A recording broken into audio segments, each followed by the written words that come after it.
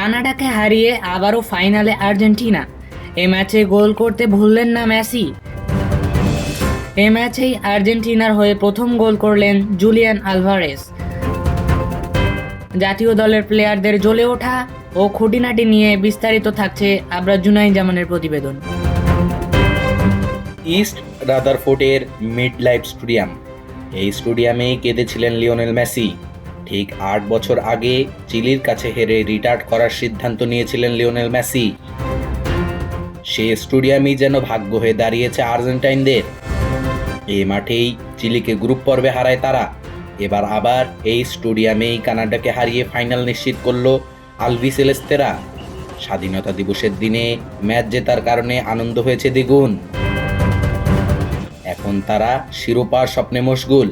দিমারিয়ার শেষ টুর্নামেন্ট শিরোপা দেখতে চায় তারা। আবরার জুনাইন জামান ইলহাম, এজেস 4 টিভি।